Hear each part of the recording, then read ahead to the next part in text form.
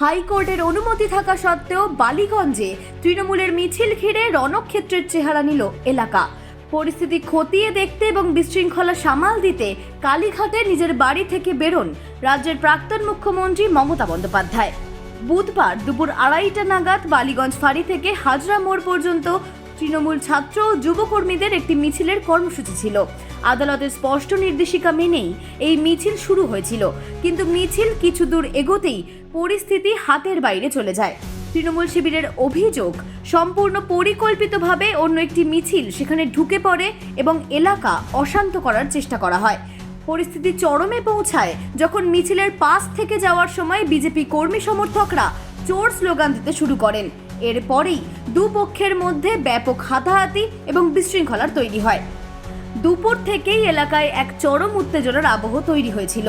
তৃণমূলের আইটি সেলের চেয়ারম্যান উপাসনা চৌধুরী অভিযোগ করেন, তাদের কর্মীদের মারধর করা হয়েছে এবং মিছিলে বাধা সৃষ্টি করতে আগে থেকেই নানাভাবে উস্কানিমূলক আচরণ করা হয়েছে। আমরা আজকে যে জায়গা থেকে লাইভটা করছি, আজকে আপনারা সকলে জানেন যে আমাদের র্যালি হওয়ার কথা।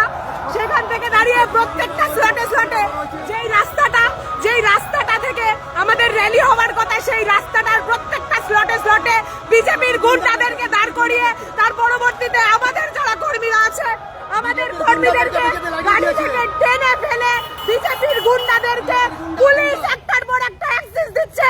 আমার সামনে আমার গাড়ি থেকে আমার সহকর্মীকে টেনে নিচে ফেলে দেওয়া হয়েছে। কোন আইনের শাসনের কথা বলছেন? কোন নোংরামি করছেন? র্যালিটাকে আটকাচ্ছেন, আসতে দিচ্ছেন না। গণতন্ত্রের কথা বলেন আপনারা, গণতন্ত্রের কথা বলেন। প্রত্যেকটা স্লোটে এইভাবে নারী ক্ষমতায়ন, নারী সুরক্ষার যারা কথা বলে, আজকে এই এত সংখ্যক নারীরা রয়েছে, মেয়েরা রয়েছে, তাদের মিছিল, তাদের জমায়েতকে কেন্দ্র করে আপনাদের গুন্ডাদেরকে স্লটে দাঁড় করিয়ে রেখেছেন। কিন্তু এই চরম প্রতিকূলতা এবং উত্তেজনার মধ্যেও নিজের অবস্থানে অনড় রইলেন তৃণমূল সুপ্রিমো মমতা বন্দ্যোপাধ্যায়। সমস্ত বিশৃঙ্খলা এবং বাধা উপেক্ষা করে কালীঘাটের বাড়ি থেকে সরাসরি রাস্তায় নেমে আসেন প্রাক্তন মুখ্যমন্ত্রী। পরিস্থিতি এতটাই উত্তপ্ত ছিল যে ভিড় নিয়ন্ত্রণ করতে গিয়ে এক পর্যায়ে তাকে অত্যন্ত ক্ষুব্ধ হতে দেখা যায়। এমনকি বিশৃঙ্খলার মাঝে নিজের এক কর্মীকেও তিনি মেজাজ হারিয়ে শাসন করেছেন। এরপরই বিশৃঙ্খলার সেই এলাকাতে দাঁড়িয়েই সংবাদ মাধ্যমের মুখোমুখি হয়ে সরাসরি পদ্ম শিবিরকে নিশানা করেন মমতা বন্দ্যোপাধ্যায়। সম্প্রতি উত্তরপ্রদেশের রাম মন্দিরের দান বাক্সের অর্থ ও গয়না তছরূপের ঘটনা নিয়ে যে বিতর্ক চলছে, সেই প্রসঙ্গ টেনেই বিজেপিকে তীব্র কটাক্ষ করেন তিনি। देखिए, हाई कोर्ट से परमिशन लेके ये रैली स्टूडेंट यूथ विंग ने किया था। सबको डेमोक्रेटिक राइट है। Article 14, 19, 21 high court allowed the rally and BJP group from the morning they came along with their 1,000 bikes to my house in the morning, and they without helmet threatened me in the morning. চিৎকার করেছে, আমাকে ভয় দেখিয়েছে। আমার বাড়ির সামনে ওরা police দাঁড়িয়ে ছিল, এখানে এসবি দাঁড়িয়ে কে আসে নোট করে, প্রেসকেও ঢুকতে দেয় না এখন। আর দেখুন, তুমি একটা সরকারে যদি এসেও থাকো, যেমন করে ওকে এসছো, সে তো আমরা সবাই জানি কি করে এসছো, কিন্তু তোমরা তো ভালো করে সরকার চালাও, ল অ্যান্ড অর্ডার মেনটেন করো, মানুষকে জাস্টিস দাও।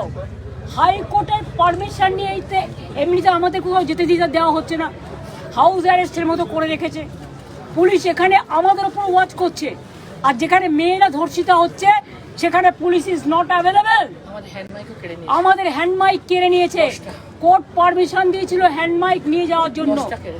সারা কালীঘাট এরিয়া থেকে গড়িয়া পর্যন্ত, বালিগঞ্জ ফাঁড়ি পর্যন্ত হাইকোর্ট যে পারমিশন দিয়েছিল হ্যান্ডমাইক অ্যালাউ করবার, সকাল 6টা থেকে ডিজে বাজিয়েছে, পুরো এলাকায় তাণ্ডব করেছে সকাল থেকে, আমার বাড়ি থেকে বালিগঞ্জ ফাঁড়ি পর্যন্ত।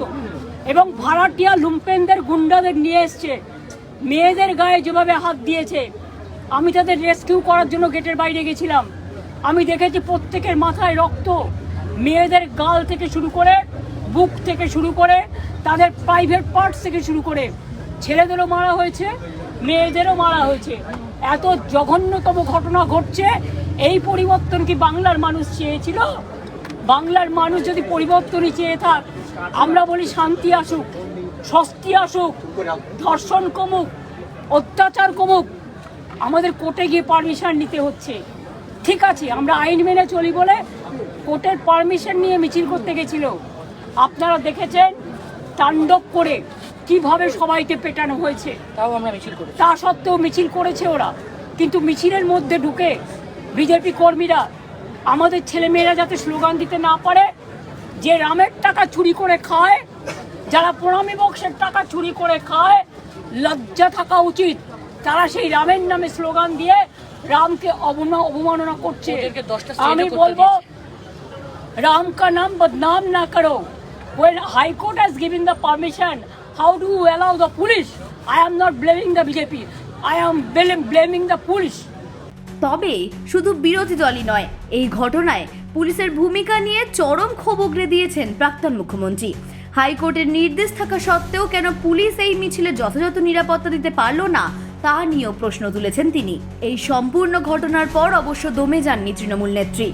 ইতিমধ্যেই অল ইন্ডিয়া তৃণমূল কংগ্রেসের সোশ্যাল মিডিয়া হ্যান্ডেলে একটি লাইভ বার্তার মাধ্যমে নিজের কর্মীদের উদ্দেশ্যে এবং রাজ্যবাসীর উদ্দেশ্যে পরবর্তী বার্তা দিয়েছেন মমতা বন্দ্যোপাধ্যায়। কিন্তু আমি বাধ্য হয়ে আজকে বাংলার মানুষকে এবং দেশবাসীকে জানাতে বাধ্য হচ্ছি, আজকে যে মর্মান্তিক ঘটনা আমাদের ঘটেছে, আমাদের কর্মীদের ওপর, ছোট ছোট ভাই বোনেদের ওপর, ছাত্র যুব আইটি সিনিয়র থেকে জুনিয়র সবাইকে ফেলে যেভাবে পেটানো হয়েছে পুলিশের সামনে, এবং বিজেপির লুম্পেনরা মাননীয় হাইকোর্টের পারমিশন নিয়েই এই মিছিলটা 3 বার চেঞ্জ হয়। তারপরে হাইকোর্টের পারমিশন নিয়ে কল্যাণ ব্যানার্জি হাইকোর্টে লড়েন এবং হাইকোর্ট আজকে ওনাদের পারমিশন দিয়েছিলেন, এবং সেই পারমিশন নিয়ে ওদের মিছিল করার যখন কথা, আজ আমি সকাল থেকে দেখছি সকাল 6টা থেকে পুরো এলাকায় কালীঘাট থেকে গড়িয়াহাট পর্যন্ত ডিজে বাজাচ্ছে জোরে জোরে। অভিষেক ডিজের কথা বলেছিল, তাই তো সিআইডি ডেকে পাঠিয়েছে। আজকে ভোর 6টা থেকে কে পারমিশন দিল? একটা রুটে হাইকোর্ট যখন অ্যালাউ করে কাউকে মিছিল করার, সেই রুটে অন্য কেউ করতে পারে না। 10টা স্টেজ করে অবস্ট্রাকশন ক্রিয়েট করে বিজেপির গুন্ডারা আমার বাড়ির সামনে আজকে সকালবেলায় প্রায় 400-500 মোটর বাইক, হেলমেট ছিল না, কেউ বসে কেউ দাঁড়িয়ে, আমাকে থ্রেট করতে করতে আমার পাড়া দিয়ে বারবার যাতায়াত করছিল। আমি কিছু মাইন্ড করিনি, কিন্তু যখন দেখলাম আমাদের কর্মীরা হাজরা থেকে পর্যন্ত বালিগঞ্জ ফাঁড়ি থেকে হাইকোর্টের পারমিশন নিয়ে, এমনকি মাইক্রোফোন ইউজ করতে বারণ করেছে হাইকোর্ট, আমরা সেটাও করতে দিইনি, কয়েকটা হ্যান্ড মাইক নিয়ে তারা একটা মিছিল করছিল এবং তারা প্রতিবাদ জানাচ্ছিল। বারুইপুর থেকে দুর্গাপুর, মিদনাপুর থেকে শিলিগুড়ি, শিলিগুড়ি থেকে কুচবিহার, বেহালা থেকে সোনারপুর, সব মেয়েদের উপর অত্যাচার, ধর্ষণ, এবং সাধারণ মানুষ আজকে আতঙ্কিত। হকার থেকে শুরু করে, দোকানদার থেকে শুরু করে, মিড ডে মিল থেকে শুরু করে, ওয়ার্কাররা থেকে শুরু করে সবাই আজকে আক্রান্ত। তাই প্রতিবাদ করে একটা শান্তিপূর্ণ মিছিল করার পারমিশন হাইকোর্ট আমায় দিয়েছিল। আমি নিজে যেতে পারতাম, কিন্তু আমি যাইনি এই কারণে, কারণ আমি গেলে ভিড়টা অনেক 10 ডবল বেশি হতো। আমরা হাইকোর্টের রুলটাকে অবমাননা করতে চাইনি। তাই আমার কাছে খবর আসছিল সকাল থেকে পুরো এলাকায় বিজেপি লুম্পেন দিয়ে, ভাড়াটিয়া গুন্ডা দিয়ে পুলিশ আগে থেকেই ওদের অ্যারেঞ্জমেন্ট করে রেখে দিয়েছিল। যে পুলিশ ধর্ষণ রুখতে পারে না, নির্যাতন রুখতে পারে না, হত্যা রুখতে পারে না, খুন রুখতে পারে না, সব রাজনৈতিক দলের ওপর যে অত্যাচার চালাচ্ছে, বাংলাটা পুরো ললেসনেস হয়ে গেছে আর শুধু ধমক চমকের রাজনীতি চলছে। পুলিশ আজকে পুলিশি রাজ তৈরি করে, আমি পুলিশের এই তাণ্ডব কখনো দেখিনি। আমিও পুলিশ চালিয়ে এসেছি, প্রশাসন চালিয়ে এসেছি, তাদের প্রতি আমার শ্রদ্ধা অটুট রয়েছে। কিন্তু আপনারা হাইকোর্টের রায়ও মান্য করছেন না। হাইকোর্টের রায় মান্য করে আপনারা তো মিছিলটা শান্তিপূর্ণভাবে করতে দিতেন, কেন মিছিলের মধ্যে বিজেপিকে ঢুকতে অ্যালাউ করলেন? এবং সারা রাস্তা জুড়ে মেয়েদের গোপনীয় পার্টস থেকে শুরু করে সারা শরীরে আপনারা মেরেছেন, লাঠি দিয়ে, রড দিয়ে, ইট দিয়ে, আরো কিছু কিছু জিনিস দিয়ে, যেগুলো বলতে আমার লজ্জা লাগে। সব মিলিয়ে বালিগঞ্জের এই ঘটনার পর কলকাতার রাজনৈতিক পারদ যে আরও কয়েক ডিগ্রি চড়ল তা বলাই বাহুল্য। এখন দেখার এই আদালত অবমাননা এবং হামলার অভিযোগ নিয়ে আগামী দিনে জল কত দূর গড়ায়। অঙ্কিতা পালের রিপোর্ট, হেডলাইন্স কলকাতা। তো আজকে আমাদের টপিক প্যানিক অ্যাটাক। তো প্রথমে আসি প্যানিক অ্যাটাক্সের সিমটমস নিয়ে। তো প্যানিক অ্যাটাক্সের সিমটমসের মধ্যে সবার প্রথমে যে সিমটমসটা সেটা হচ্ছে প্রচন্ড ভয় লাগে অকারণ। It's not just anxiety. Normal anxiety তো সব মানুষের হয়, সেখানে কিন্তু প্রচন্ড বেশি পরিমাণে একটা অ্যাংজাইটি হতে থাকে। সেই অ্যাংজাইটির সঙ্গে অ্যাসোসিয়েটেড একটা ভয় লাগা কাজ করে। সেই ভয় লাগার সঙ্গে সঙ্গে কিছু ফিজিক্যাল সিমটমস আমরা দেখতে পারি, যেমন হচ্ছে প্রচন্ড বুক ধরফর করা। এতটাই বুক ধরফর করা মনে হচ্ছে যে আমার কি হার্টে কিছু হয়ে গেল। মানে ভেরি অফেন কার্ডিওলজি ডিপার্টমেন্টের এমার্জেন্সিতে কিন্তু আমরা প্যানিক অ্যাটাক পেশেন্টস পেয়ে থাকি। তার সঙ্গে সঙ্গে অ্যাসোসিয়েটেড যে সিমটমস গুলো থাকলে আপনি বুঝবেন আপনার হয়তো প্যানিক অ্যাটাক্স হচ্ছে। যেমন হচ্ছে গলা শুকিয়ে যায়, একই সঙ্গে প্রচন্ড ঘাম হচ্ছে, দ্য ফিলিং অফ ইম্পেন্ডিং ডুম, এক্ষুনি বোধহয় আমি মারা যাবো, এক্ষুনি কিছু খারাপ কিছু হয়ে যাবে। তার সঙ্গে সঙ্গে অনেকের কি হয়, অনেকের হয় মাথা ঘুরতে থাকে, একটা শর্টনেস অফ ব্রিদিং বা শ্বাসকষ্ট হতে থাকে। তার সঙ্গে সঙ্গে অনেক সময় যেটা হয়, কেউ অজ্ঞান হয়ে যান, বা অনেক সময় কি হয়, ডিরিয়ালাইজেশন হয়। What is derealisation? না, আমাদের যে কারেন্ট এনভায়রনমেন্ট সেই রিয়ালিটি কন্ট্যাক্ট থেকে আমরা হারিয়ে যাই। সেই রিয়ালিটি কন্ট্যাক্ট থেকে হারিয়ে যাওয়ার জন্য কি হয়, এক্সট্রিম কেসে একটা 4-5টা ডুম লাগে, কোথায় আছি কি আছি, একটা অ্যাকিউট স্টেট অফ কনফিউশন কিন্তু এক্সট্রিম প্যানিক অ্যাটাকে অনেক সময় হতে পারে। আনন্দ আর ভালোবাসার দীপ্তিতে গড়া সমুজ্জ্বল পরমা, ঠিক তোমারই মতো। শ্যাম সুন্দর কোম্পানি জুয়েলার্স, আগরতলা, উদয়পুর, ধর্মনগর, কলকাতা।